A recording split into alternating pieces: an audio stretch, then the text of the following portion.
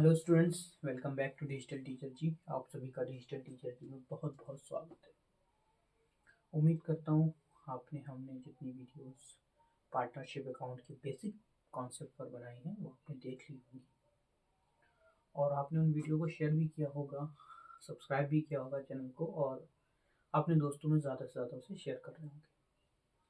क्योंकि बोर्ड के एग्ज़ाम बहुत ज़्यादा नज़दीक हैं, तैयारी का ज़्यादा वक्त नहीं रह गया है। इसी बात को ध्यान में रखते हुए मैंने और मेरी टीम ने ये बात डिसाइड करी कि सिर्फ एक चैप्टर को लेकर चलने से कुछ नहीं होगा। पार्टनरशिप अपने आप में एक बहुत बड़ा चैप्टर है जिसमें सभी पार्टनरशिप का बेसिक ही कंप्लीट नहीं हो पाया है।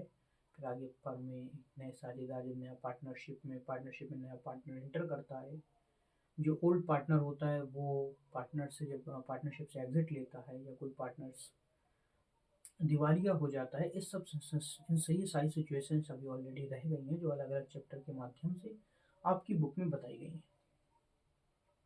तो अब हम साथ में दो चैप्टर्स लेकर चलेंगे। पहला चैप्टर जो ऑलरेडी हमारा चल रहा है पार्टनरशिप का, वो चलता रहेगा, वो ऐसे ही उसके चलते रहेंगे क्वेश्चंस। साथ ही साथ एक और वीडियोज आएंगी जो बाकी चैप्टर्स होंगे, क्योंकि आपके 12th में तो बहुत से चैप्टर्स हैं, तो उनकी वीडियो के लिए क्या करना है, तो उनकी वीडियोज भी आएंगी। अब कुछ बच्चे मुझसे कह रहे थे सर इतनी जल्दी कोर्स हमारा कंप्लीट नहीं होगा, तो मैंने कहा टेंशन मतलब कुछ ना कुछ हमारी टीम उसका सोल्यूशन निकालेगी। तो हमारी टीम ने ये उसका सोल्यूशन निकाला है। फिलहाल मैं शुरुआत करता हूँ अपनी वीडियो की। इस वीडियो में हम आपको क्या बताएंगे, इस वीडियो में हम एक नया चैप्टर स्टार्ट करेंगे जिसका नाम है नॉन प्रॉफिट ऑर्गेनाइजेशन, गैर व्यावसायिक संस्थाओं के लिए या गैर व्यापारिक संस्थाओं के लिए। तो ये गैर व्यापारिक संस्थाएं या गैर व्यावसायिक संस्थाएं क्या होती हैं, इसके बारे में हम पूरा जानते हैं। तो हमारी ये गैर व्यावसायिक संस्थाएं या गैर व्यापारिक संस्थाएं क्या हैं, ये किस प्रकार काम करती हैं, इन सब के बारे में हम आज की वीडियो में जानेंगे। तो देखिए, गैर व्यापारिक संस्थाएं क्या होती हैं, अगर हम इसको डेफिनेशन में कहें तो ऐसे कह सकते हैं, ऐसी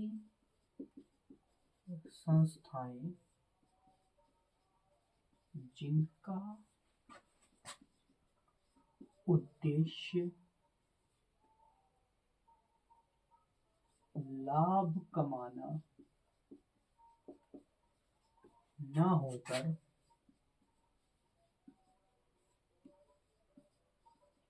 केवल सेवा करना,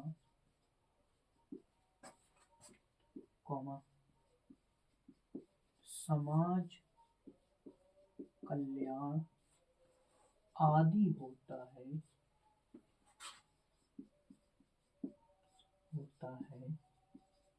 उसे गैर व्यापारिक संस्था कहा जाता है। तो गैर व्यापारिक संस्थाएं क्या होती हैं, गैर व्यापारिक संस्थाएं किसे कहते हैं, तो ऐसी संस्था जिनका उद्देश्य लाभ कमाना ना होकर, यानी प्रॉफिट अर्निंग, इसका उद्देश्य क्या है, इसका मोटिव क्या है, प्रॉफिट मेकिंग नहीं है, लाभ कमाना नहीं है, बल्कि समाज कल्याण या सेवा करना हो, उसे हम लोग गैर व्यावसायिक संस्थाएं कहते हैं। कंपनी अधिनियम 2013 के अनुसार ये बात साफ तौर से कही गई है, कंपनी उसी संस्था को कहा जाएगा जिसका उद्देश्य लाभ कमाना होता है, जिसका मुख्य उद्देश्य क्या हो, लाभ कमाना हो, वो हमारी कंपनी कहलाती है। तो बाकी जो चीजें हैं जिस तो फिर आ जाती है एक और चीज, वो होती है हमारी नॉन प्रॉफिट ऑर्गेनाइजेशन, यानी गैर व्यावसायिक संस्था।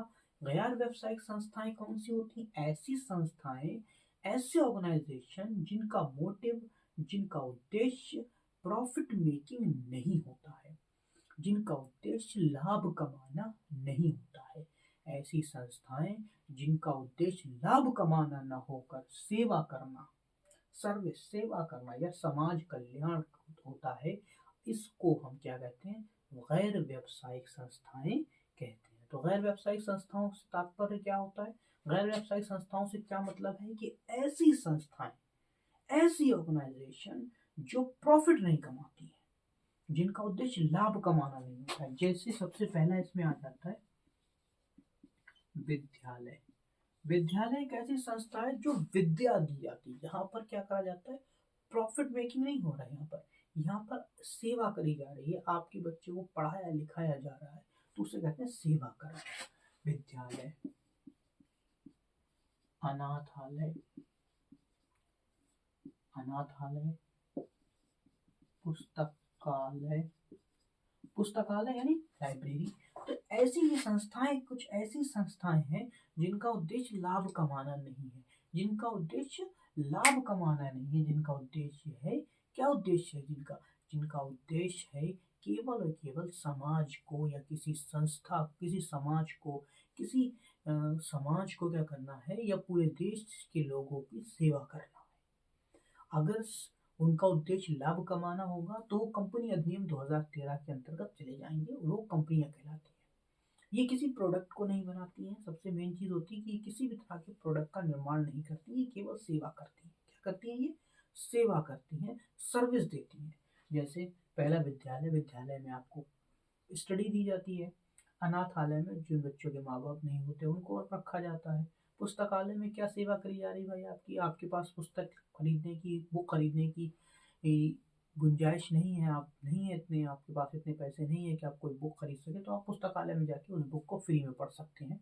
बहुत से लोग पुस्तकालय बनवा देते हैं, बहुत से लोग पुल बनवा देते हैं। तो ये सब क्या है, ये सारी चीज़ें हमारी किस में आती हैं, ये सारी हमारी चीज़ें आती हैं नॉन प्रॉफिट ऑर्गेनाइजेशन में। ये ऑर्गेनाइजेशन कौन कौन सी हैं, इसमें अस्पताल भी आता है, इसमें स्कूल भी आता है, इसमें लाइब्रेरी आती है। तो बहुत सारी संस्थाएं होती हैं जो नॉन प्रॉफिट ऑर्गेनाइजेशन के अंतर्गत आती हैं। मुख्य तौर पर हमें जो पता होना चाहिए था वो ये पता होना चाहिए था कि ऐसी संस्थाएं जिनका उद्देश्य लाभ कमाना ना होकर क्या होता है, सेवा करना, जिनका उद्देश्य सेवा करना होता है, उसे हम लोग क्या कहते हैं, उसे हम लोग नॉन प्रॉफिट ऑर्गेनाइजेशन यानी गैर व्यावसायिक संस्था कहते हैं। उम्मीद करता हूँ आपको ये क्वेश्चन बिल्कुल समझ में आ गया होगा, बिल्कुल सटीक आपके दिमाग में बैठ गया होगा। मैं चलता हूँ इस क्वेश्चन के आगे। इस यहाँ तक आपको इसकी परिभाषा समझ में आ गई होगी, इसकी डेफिनेशन आपको समझ में आ गई होगी। अब हम चलते हैं थोड़ा इससे आगे, इसके आगे की थोड़ी बातचीत करते हैं इसमें, क्योंकि अब इसका जो नेक्स्ट हमारा, जो हम नेक्स्ट चीज़ें लेंगे वो है गैर व्यापारिक संस्थाएं। तो हमें पता चल गया था। अगला है गैर व्यापारिक संस्थाएं कौन कौन सी होती है, जो मैंने आप लोगों को बता दिया था। अगला है गैर व्यावसायिक संस्थाओं द्वारा हिसाब किताब क्यों रखा जाता है। क्वेश्चन आता है कि गैर व्यावसायिक संस्था द्वारा हिसाब किताब क्यों रखा जाता है, या गैर व्यापारिक संस्थाओं को हिसाब किताब रखने की जरूरत क्यों पड़ती है। भाई ये कोई प्रॉफिट तो कमा नहीं रही जो किसी को प्रॉफिट देना है, तो फिर ये क्यों हिसाब किताब रखती हैं। तो ये हिसाब किताब क्यों रखती हैं, तो सबसे पहले क्या, कुल खर्च ज्ञात करने के लिए। पहला क्या, कुल खर्च ज्ञात करने के लिए कि इन संस्थाओं में जो भी खर्च हो रहा है, जो भी पैसा एक्सपेंसेस हो रहे हैं, वो पूरी साल में किन किन चीज़ों पर कितने रुपए खर्च करें, ये जानने के लिए क्या करती हैं, हिसाब किताब रखती है। दूसरा, आय ज्ञात करने के लिए कि इनको पूरी साल में कितनी इनकम हो रही है, उस इनकम को देखने। अब देखो इनको इनकम कैसे होती है, कोई डोनेशन देकर चला गया, किसी ने चंदा दे दिया, किसी ने इनको कोई, इनकी कोई अगर मेंबरशिप का प्रोग्राम है वो किसी ने ले लिया, तो ऐसी ऐसी जगह से क्या होता है, इनको इनकम होती है। तो किसने कितना चंदा दिया, किसने कितना चीज़ें दी, ये सब चीज़ों को ज्ञात करने के लिए ये लोग क्या करते हैं, इन सब चीज़ों को ज्ञात करने के लिए ये लोग हिसाब किताब की विधि का यूज करते हैं। दूसरा,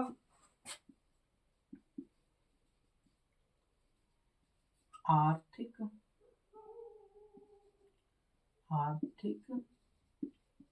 स्थिति को ज्ञात करने के लिए कि आर्थिक स्थिति क्या है, हमारी फाइनेंशियल कंडीशन क्या है, इस चीज को ज्ञात करने के लिए भी ये लोग क्या करते हैं, ये लोग हिसाब किताब की प्रणाली का यूज करते हैं। तो उम्मीद करता हूँ आपके गैर व्यवसायिक संस्थाएं क्या होती हैं और ये हिसाब किताब क्यों रखती हैं, इन सब के बारे में आपको समझ में आ गया होगा। हम मिलते हैं आपसे इसके अगली वीडियो में, जिसमें हम इसके क्वेश्चन सॉल्व करेंगे कि इनमें किस प्रकार के खाते बनाए जाते हैं, वो खाते कैसे बनते हैं, उस पर बात करेंगे। मैं मिलता हूँ आपसे अगली वीडियो में, तब तक के लिए जय हिंद, जय भारत।